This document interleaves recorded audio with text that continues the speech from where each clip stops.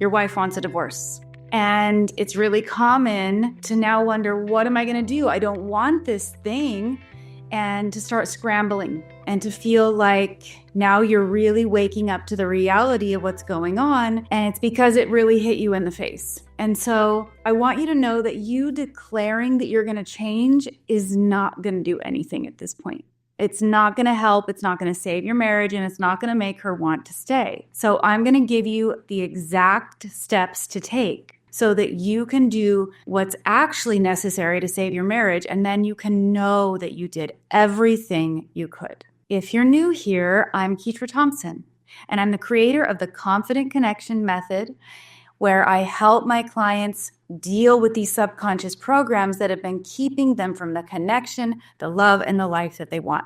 So if you'd like to learn more, there are links in the description below where you can check that out, and you can set up a completely complimentary consultation call so that you and I can chat, so I can get to the heart of what's going on with you, and so I can give you my best recommendations. So you'll want to check that out. So first, let's look at what's going on inside of your wife, so that you can get some perspective, so that you can have some understanding before I give you the actual steps that you need to take. Now, if you've been married for more than 5 years, then she did not make this decision lightly. She has probably been struggling with this choice for quite a while. And let's be honest, she's probably been asking you for connection, for you to stop being reactive when she shares her feelings or needs with you. She's been asking for communication, and she's probably been longing for you to be able to connect with her and tenderly touch her outside the bedroom so that she knows that you appreciate all the aspects of her. And regardless of how she's been communicating this, she probably has been telling you for some time now. So in the process, maybe you've dismissed her. Maybe you have made fun of her requests, told her she was too needy, blew it off. Maybe you exploded emotionally. Maybe you got really reactive whenever she brought up something she needed from you, because it triggered this thing inside of you that made you believe you weren't enough or you could never be enough. And so I want you to step out of your perspective a little bit and try to step into her perspective of her trying to connect with you, to communicate with you, and to express her needs, and the level of frustration that that's probably created in her. Now, once all that happens, that means she has now shut herself off from wanting you. She's protecting her heart now. And the bottom line is, she doesn't respect you anymore. You didn't keep your word to love her well. You didn't connect with her in a way that was mutually beneficial for both of you guys, regardless of what she did or didn't do. She has seen the mask that you wear. She's seen the person you pretend to be in public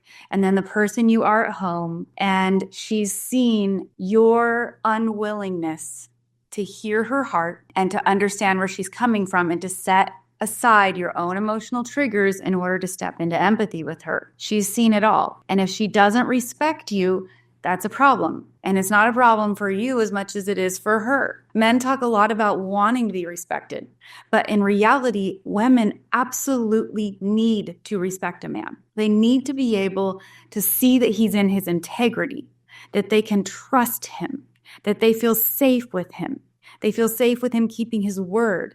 They know that he is alert and aware as much as they are to the family and world they're navigating in, so that they're not the only ones pointing out what needs to be done. So this doesn't mean that she doesn't have flaws, and it doesn't mean that you can't have flaws. What it means when a woman needs to respect a man is that she needs you to be someone that she knows beyond the shadow of a doubt has got her back. She knows that you're going to be honest with her. She knows you're going to be open with her, and you're going to be curious about her feelings so that she doesn't have to tiptoe around your emotions. So if the respect is gone, that means there has been a lot of damage that she has witnessed and been the recipient of, and she simply can't look up to you anymore.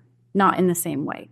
You haven't held her heart very well. So let's talk about what you need to do to fix this. Now, first, the reason you did these things is because of your internal programming. Now, our subconscious mind is running over 95% of everything we think, feel, and do. So I want you to have an understanding about what's going on inside your mind so that you can better understand the steps you need to take to fix this. Now, our subconscious mind is so powerful, but when we're born, it's basically a blank slate that we're programming. So we are in a hypnotic state. We're in a theta brainwave state from birth to age 7, and we're programming our mind during that time. Now, we're programming it with no discernment. We don't have an understanding of the world. When we assign meaning to our needs not getting met or something someone says or does to us, we're not going, oh, I bet mom was tired. I bet dad didn't mean that.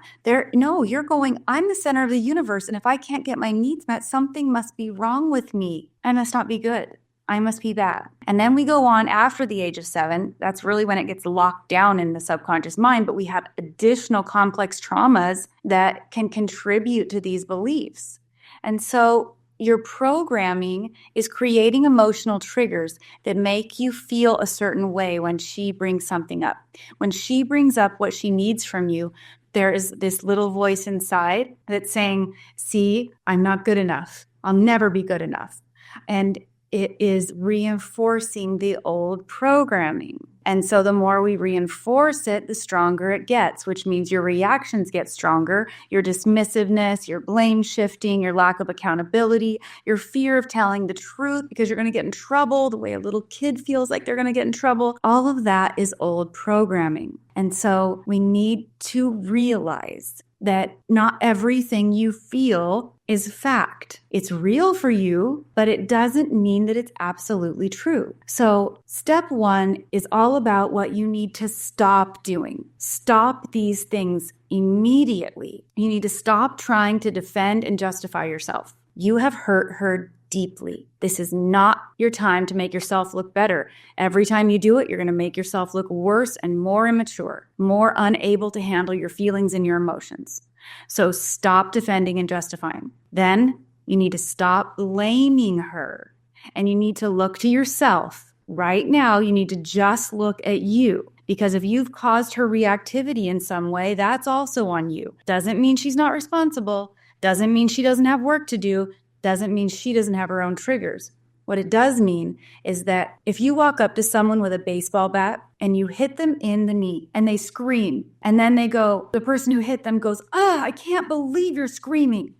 Why would you be screaming? You know I have sensitive ears. How dare you scream? You are so crazy. Do you see the manipulation in that? So sometimes when someone does finally explode, it's because they've been pushed to the edge and they explode. Or it's the natural reaction from the pain that's being caused to them. So maybe her reactions are part of that. And maybe they're part of growing resentment underneath the surface, which is probably something you've been doing. Silently not addressing what you want and need, not communicating, and growing resentful more and more every day. So you need to stop looking at her and her reactions, and you need to start looking at yourself. The next thing you need to stop doing is running away from your shame. Your shame is probably what's driving so much of this behavior. And so you need to remind yourself, she isn't causing this shame. It was always in you. It's always been a part of your programming based on what you went through as a child or your experiences or the beliefs you've formed about them. That shame is yours. It's not hers. And just because she pokes a spot that feels sensitive does not mean she's the enemy. So you have to stop running away from your shame and blaming on other people around you. You have to stop asking her to accommodate you in any way for right now. Now, this doesn't mean you don't learn how to express needs properly at some point, but for right now, stop asking, stop being needy. She has given as much as she can give to her own interpretation, which is why she's deciding to leave. She probably feels like she has nothing left to give, so don't ask anything of her beyond absolutely necessary things. Don't be needy. And stop asking for closeness. Stop asking for the close connection with her because you haven't proven that you're a safe space. You've got to do that first. And I'm going to give you the steps that you can do to do that. So for now, you need to stop all of this. Stop the defending. Stop the blaming. Stop running away from your shame. Stop asking for her to accommodate you.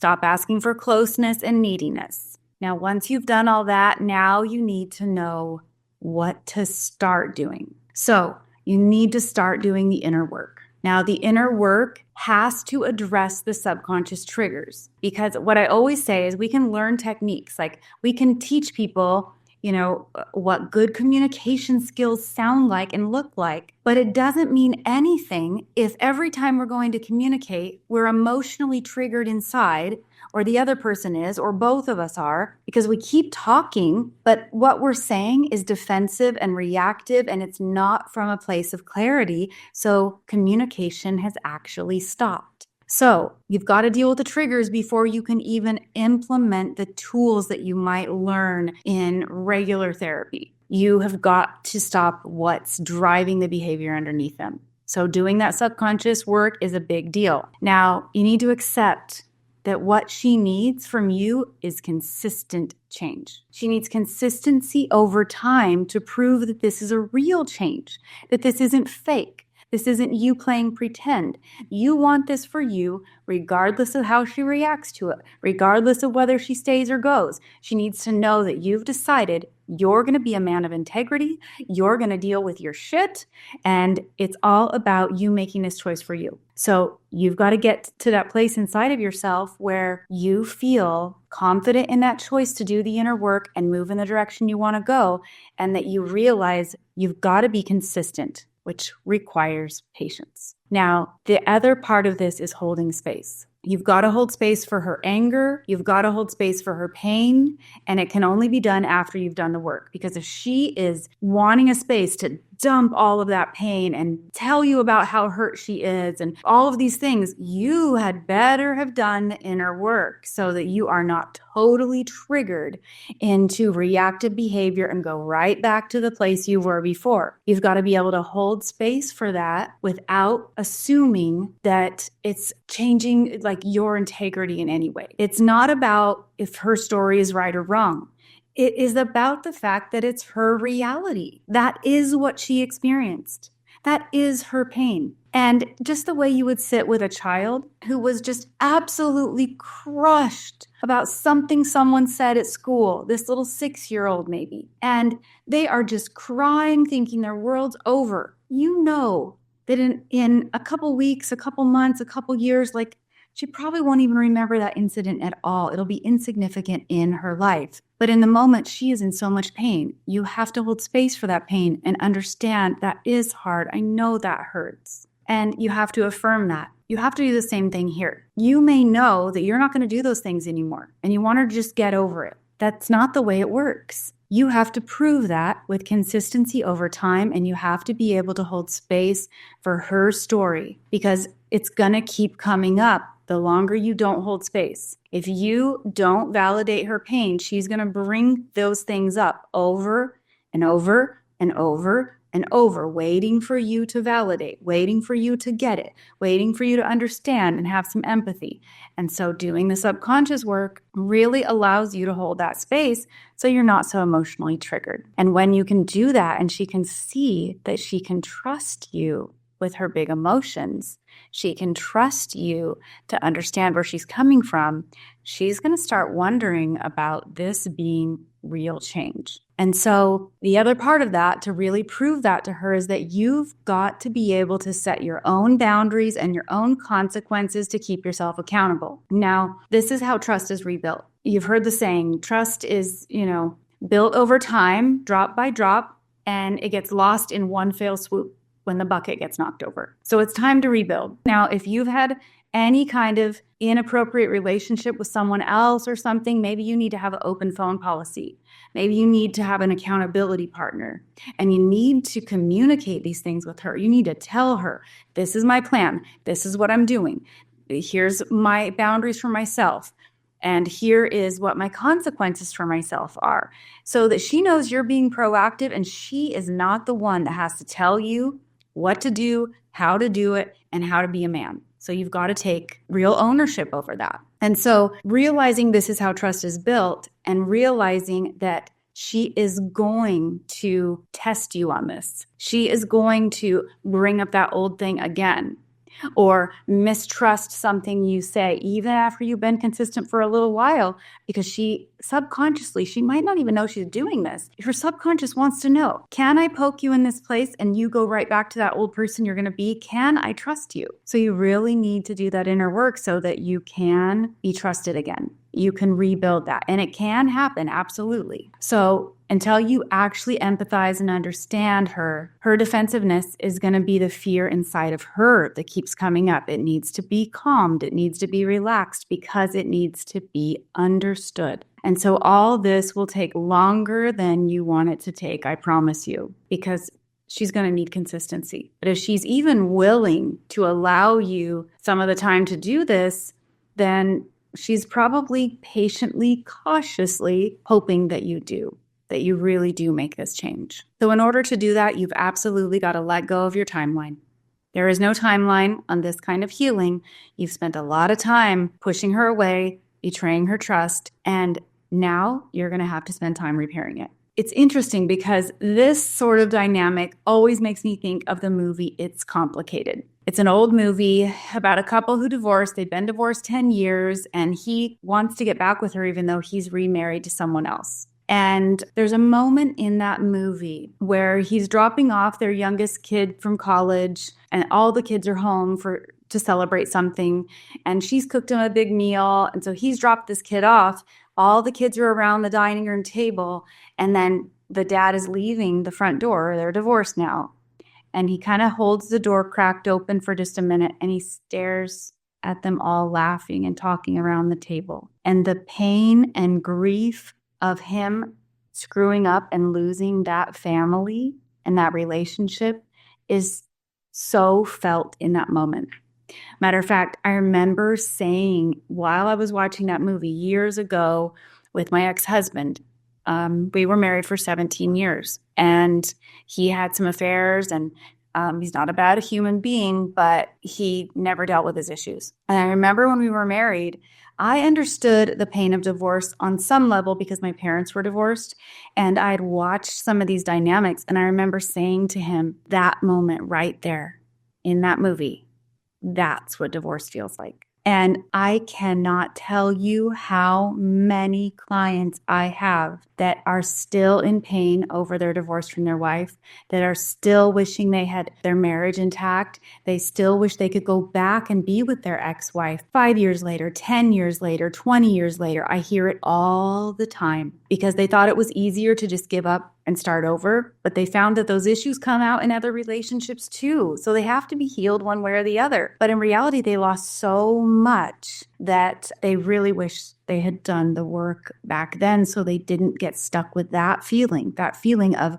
looking in on your own life and you no longer being a part of it. I just think that movie in that scene is so profound. It really captures that feeling. And you don't want to have the regret of not doing everything you can. I felt like I had done everything I could when I left my marriage. I had tried and tried and tried. And that gave me the ability to choose to leave with a level of confidence and peace because I knew I gave it my all. And if you leave without giving it your all, you're going to be stuck with that feeling too. And so you want her to stay, but you have to know that the reason she's leaving is because of something you did, because of a behavior pattern, and that if you want to shift that for your future, you may as well shift it now to see if you can salvage this marriage. So the most important step in this is breaking that subconscious programming because it will just keep repeating like a record in the back of your mind, going on and telling you those same false beliefs, those same lies, all the things you've been stumbling over for most of your life. And so you want to stop that process because that's what's driving your behavior and your unwanted feelings. And what I've done with my confident connection method is I've combined the hypnotherapy process with relational mind coaching so you can have rapid results, rapid transformation, and actually make traction in whatever issue you're trying to address. But creating that momentum so that you don't repeat those patterns is a really big deal. So a reminder of the things you need to do, the steps you need to take. You need to deal with those subconscious triggers. Get help for that. It's not something that is easily dealt with on your own. Your willpower is not strong enough to deal with that. So deal with the subconscious triggers is really your first step. Master your reactivity so that you aren't going back into the old patterns. So you calm your nervous system, and you need to be able to hold space so that she can have a safe space to pour that pain out and get it out of herself. That's a really important part, to be able to allow her that space. And then finally, you have to realize that this takes consistency over time, which means you have to be committed to making these changes long term. And doing it for yourself is a much deeper and stronger commitment than doing it for someone else. Even though I know that's a part of it, we don't want to lose the people we love in our life.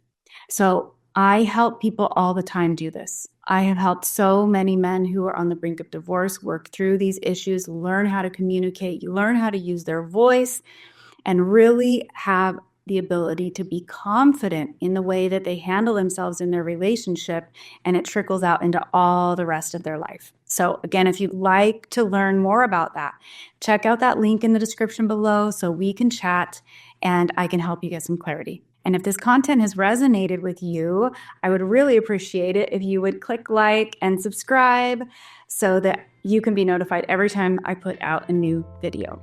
And until next time, I hope you curate a life by your own design.